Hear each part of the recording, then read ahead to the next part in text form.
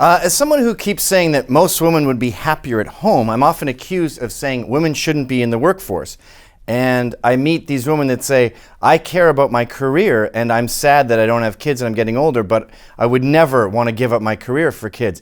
And I do concede that there are a lot of women who are better off in the workforce than having kids. That's the problem with these people. They don't get general and universal. Generally, it's true women would be happier at home. I'm going to say over 90%. But there is that 1 in 10 who would be happier in the workforce. And the sacrifice they make is often better for society.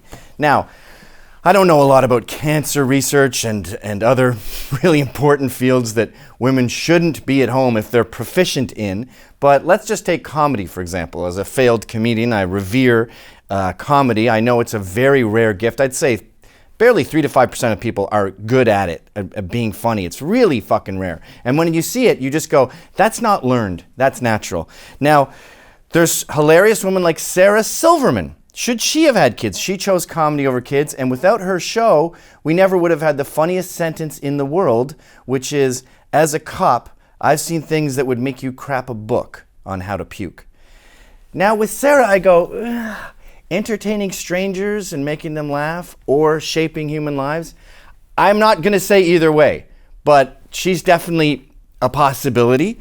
Amy Schumer, when I watch her show, especially the last episode of the last season, it was so fucking funny, I forgot to laugh. I was in awe of every joke. And I feel the same way about Tina Fey. When you watch The Unbreakable Kimmy Schmidt, you just go, as someone who's tried to write for TV and failed, and I know how hard it is to structure these acts and the A plot and the B plot, and when you see them all sort of intertwangled together, you go, you're basically the Mozart of TV writing. She has an incredible gift, and she did benefit society by waiting so late to have kids. As I said before, the Ghostbusters, we only had one, Melissa McCarthy, who had kids, but she's brought incredible joy to the world. And you can dispute that and say she's not funny, but I'm sorry. The free market has all told these women that society is very happy they focused on their careers and had kids.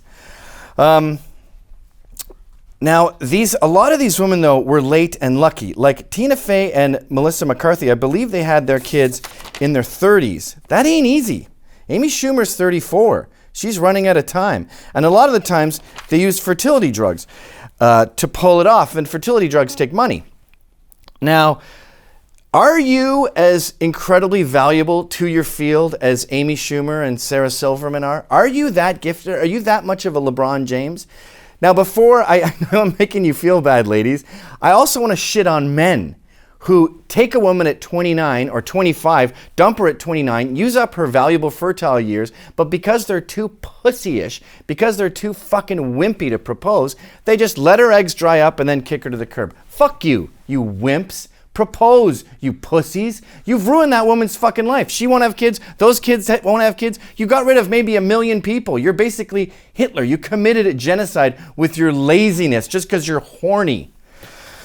Now, there are women who have had incredible careers and had kids. Katie McFarlane is a matriarch. As she puts it, I'm a matriarch, baby, who has grandkids, a whole brood of kids. Some of them she raised from other, divorce, blah, blah, blah, Brady Bunch situations.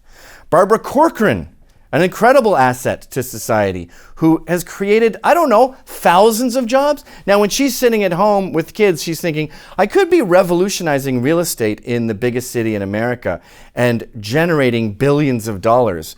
Maybe they need me out there. And the same with Jill Abramson. She was an incredible journalist. She changed the course of journalism and law, and then she moved all the way up to executive editor of the New York Times. That's an incredible asset. They're all very valuable members of society that might have been better off with us than at home. But they all had kids. Jill Abramson had kids early and managed to do it by juggling work and these kids. And I'll explain how she did that in a second. Katie McFarlane also had tons of kids, as I said earlier. And Barbara Corcoran, she spent a fortune having her kids. Now, I think she had her first kid in her 50s, way past the bottom line. What you have to do with that is in vitro. Those are about $12,000 each. She did it 7 times, spending $84,000, and eventually had her first son, Tom. Katie was too late, her daughter, so she adopted her. Adopting white kids ain't cheap. And if you wonder why your friends are having so much trouble getting a kid that's their own race, and Perez Hilton is getting 2 while he's away shooting a reality show, it's called money. It cost her $62,000 to have her daughter. That's $146K.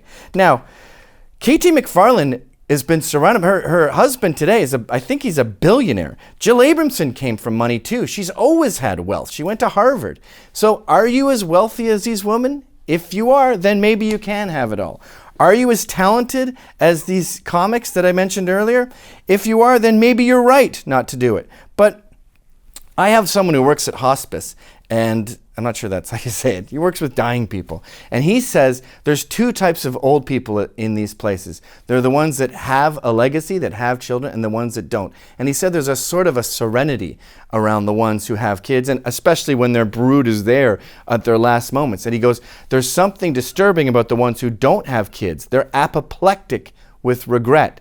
So, ladies, you got to figure out, if you're 25, it gets hard after 30. If you want 3, 1 is lame, 2 is boring. 3 is really the ideal number. It takes 8 years to have 3, so you kind of have to start in your mid-20s if you want to do that. If you want to do that, you got to get moving and get off this myth that all women need careers. If you are a career woman, fine, pursue that, but make sure you're one of these weird exceptions. It's either rich or incredibly talented. Do you want to be on your deathbed going, goodbye, loved ones, I hope my DNA has a fulfilling 1,000,000 years? Or do you want to be in your deathbed going, I made seating plans. Ugh.